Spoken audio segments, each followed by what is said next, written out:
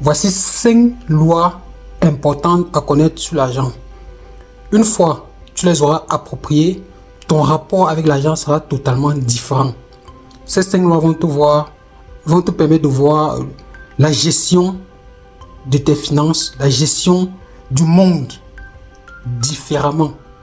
Tu ne vas plus voir les gens fortunés comme des sectaires, comme des gens qui ont obligatoirement fait du faux, comme des gens qui ont volé les autres pour s'enrichir, comme des gens qui étaient obligés de commettre des actes odieux pour pouvoir avoir la prospérité qu'ils ont en ce jour.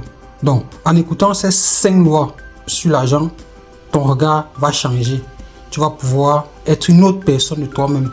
Et cela va te permettre d'arriver également à bout de tes objectifs, de pouvoir réaliser des choses qui te tiennent à cœur depuis tant d'années. Mais jusque ton rapport avec l'argent ne correspond pas aux objectifs que tu t'es fixés. Donc, prends une feuille avec un stylo, tu notes ces 5 lois. Cela va te permettre de vraiment changer ton rapport avec l'argent. La première loi par rapport à l'argent, ne dépense pas plus que ce que tu gagnes. On le dit bêtement, on se dit que c'est trivial, mais non.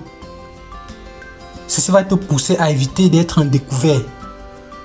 À découvert lorsque tu dépenses ton argent. Si tu as un budget de 1000, 2000 euros, de 100, 2000, 100, 200 000 francs, limite-toi sur ce budget par mois. Ne cherche pas à acheter des éléments qui sont supérieurs à la quantité d'argent que tu perçois chaque mois. Ça, c'est la première des choses.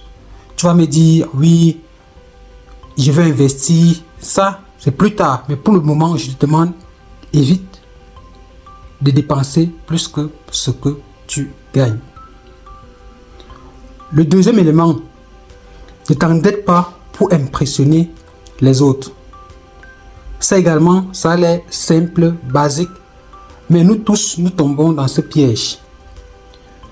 Nous sommes prêts à acheter un véhicule qui est au-dessus de nos moyens. On prend un crédit pour acheter un véhicule parce qu'on veut aussi dire aux autres que nous avons la possibilité d'acheter ce type de véhicule. Or, en réalité, nous n'avons pas la possibilité de les acheter parce que nous sommes obligés d'aller contracter un emprunt bancaire pour cela. Nous avons une cérémonie. On va aller s'endetter pour acheter des éléments d'organisation juste pour montrer aux autres que nous également, on peut se permettre de faire telle ou telle autre chose. On oublie d'acheter des éléments de marque pour faire croire aux yeux des autres que nous avons cette capacité d'acheter des choses beaucoup plus chères, des choses d'une certaine valeur.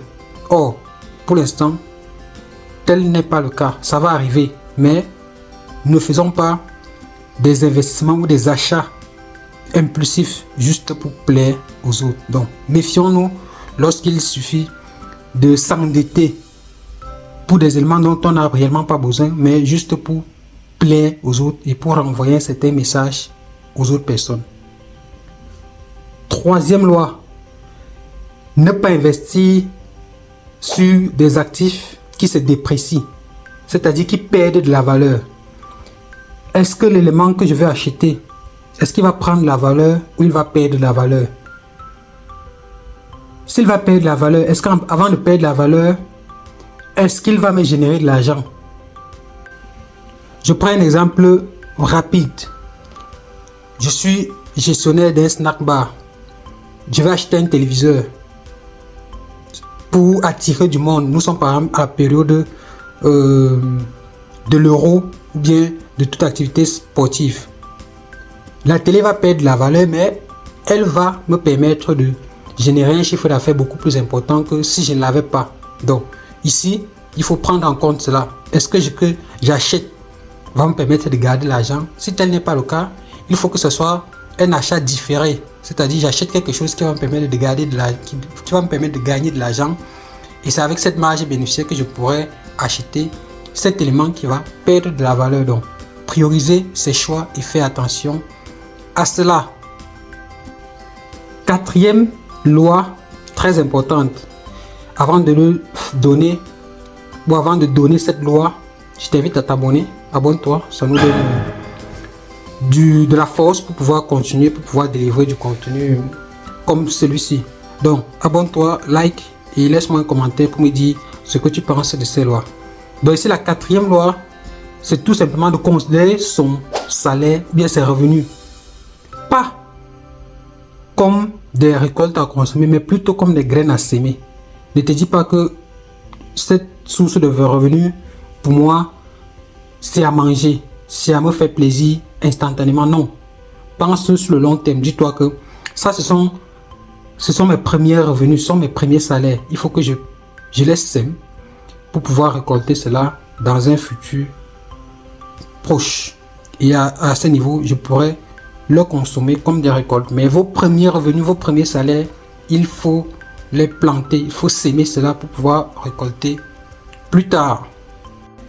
Et cinquième loi très importante, c'est tout simplement s'abonner aux plateformes qui démystifient les business, qui démystifient l'intelligence financière, qui démystifient le mindset, votre état d'esprit. Comment est-ce que vous percevez les choses? Quel est votre rapport par rapport à l'argent, par exemple, par rapport aux investissements? Comment est-ce que vous vous situez dans tout cela? Ne soyez pas juste des consommateurs, soyez aussi des producteurs pour pouvoir permettre qu'on ait de plus en plus de contenu, de personnes avisées sur les problématiques de notre société. Et ceci va faire en sorte que nous tous, nous puissions nous épanouir dans les avenirs à venir. Donc, n'hésite pas d'aller sur nos plateformes, que ce soit YouTube, Démystifions les business, Facebook, Démystifions les business, ou TikTok, Démystifions les business. Ceci, laisse-moi ton meilleur pouce bleu, un petit commentaire et abonne-toi avant d'aller. C'était ton serviteur, Valdez Photo.